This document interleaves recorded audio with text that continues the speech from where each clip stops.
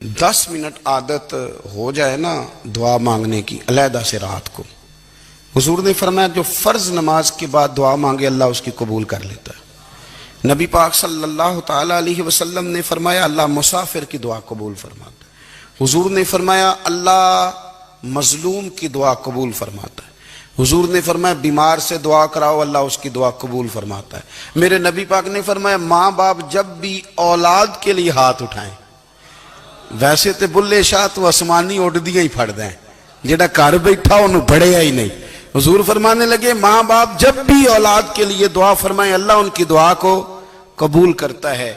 آپ اپنا تعلق بنائیں دعا کے ساتھ، عبادت کے ساتھ، مصلی کے ساتھ رشتہ بنائیں، استغفار پڑھیں۔ صلاح الدین ایوبی صلیبی جنگوں میں تھے، رات کو مسجد اقصیٰ میں نماز پڑھی تو پریشان تھے۔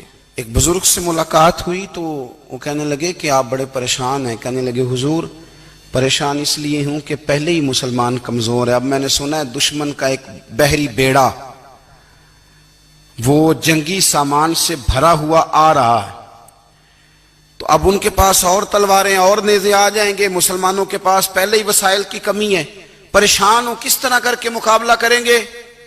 یہ بات کہتے ہی صلاح الدین ایوبی نے بزرگوں سے کہا حضور آپ بھی دعا کرنا، دعا کی بڑی طاقت ہے۔ میرے نبی پاک نے فرمایا دعا مومن کا ہتھیار ہے، دعا مومن کا حضور نے فرمایا تقدیر کو سوائے دعا کے کوئی چیز نہیں بدل سکتی۔ دعا مومن کا ہتھیار ہے، یہ کافر کے پاس کوئی نہیں، یہ ہتھیار ہے مومن کا۔ اللہ کرے آپ کو سمجھ آئے، پھر سنیں کئی بار کہہ چکا ہوں یہ ہتھیار ہے۔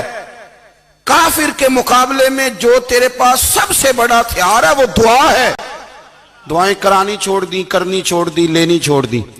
حضرت سیدنا انس بن مالک رضی اللہ تعالیٰ عنہ فرمایا کرتے تھے میں نے وہ رنگ دیکھا ہے جب حضور دعا مانگتے تھے اور حضور کی مقدس آنکھوں میں آنسو بھی ساتھ ہی بہا کرتے تھے، میں نے وہ انداز دیکھا ہے۔ تو صلاح الدین ایوبی بزرگ سے کہنے لگے آپ بھی دعا کیجئے، اور خود رونے لگے اور سر سجدے میں رکھ کے رونے لگے، اور عشاء سے لے کر فجر تک روئے، خوب روئے۔ صبح وہ بزرگ آئے تو صلاح الدین ایوبی کا خوبصورت اور ہنستا ہوا چہرہ دیکھا، کہنے لگے آپ بڑے خوش ہیں، رات تو میں نے بڑے روتے ہوئے دیکھا تھا۔ تو کہنے لگے حضور وہ جو بحری بیڑا آ رہا تھا نا وہ پانی میں ڈوب گیا ہے، اب وہ نہیں آ رہا، ابھی خبر آئی ہے تو میں بڑا خوش ہوں۔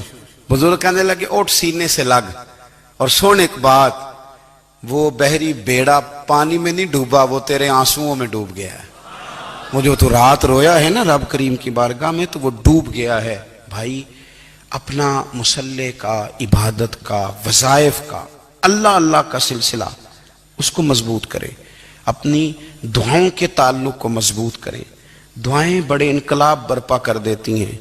ہم تھوڑے نا جب سے خشک ہوئے ہیں نا، خشک، اور میری تو جماعت ہی صوفیاء کی جماعت تھی، ہم تو داتا علی اجمیری کی جماعت سے، ہم تو خواجہ اجمیری کی جماعت سے، ہم تو شیخ احمد فاروق سرہندی کی جماعت سے، ہم تو صوفیاء کی جماعت۔ ہماری جماعت نے بھی وہ تعلق جو ہمارے بزرگوں نے بنایا تھا۔ بزرگ اللہ کے قریب کیسے جاتا ہے؟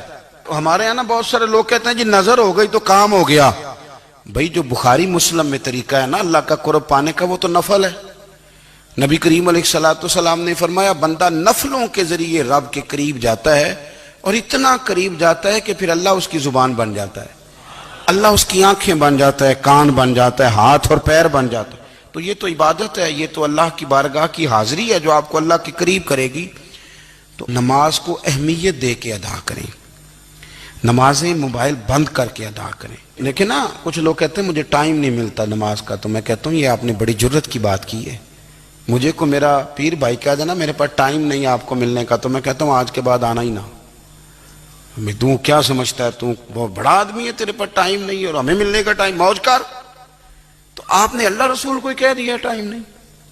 اور عجیب فلسفہ ہے نا، کہا جائے نماز پڑھنے آؤ تو کہتے ہیں کپڑے ٹھیک نہیں، اور کہا جائے کہ آؤ ذرا دعوت پہ چلیں تو کہتے ہیں 1 منٹ ٹھہر میں کپڑے بدل کے آیا۔ نماز کے لیے کہا تو کہتے ہیں ٹھیک نہیں، دعوت کے لیے کہا تو کہتے ہیں میں ذرا تیاری کر لوں، یوں جانا مناسب نہیں۔ یہ معاملہ ٹھیک نہیں۔ رب تو فرماتا ہے کہ جب تم مسجد میں آ تو زینت اختیار کر کے آ، خوب ذوق سے دعا مانگے، خوب شوق سے نماز پڑھیں، خوب استغفار کا مزاج بنائیں۔ آپ لوگوں کے بیچ رہ کے سوکھ حاصل کرنا چاہتے ہیں، لیکن آپ کو پتہ ہے کئی مہینے غار حرا میں رہنا بھی مدینے والے محبوب کا طریقہ ہے۔ ہر سال اعتکاف بیٹھنا الگ سے، یہ بھی حضور کا طریقہ ہے۔ مسجد نبی کے اندر دروازہ کھلتا تھا نبی کریم کا، پر گھر کے اندر نفل پڑے نبی پاک نے، اور حضور فرماتے ہیں کچھ نفل نماز گھر میں بھی پڑھا کرو، گھر کو قبرستان نہ بناؤ۔ ہمارا گھر اللہ کے ذکر سے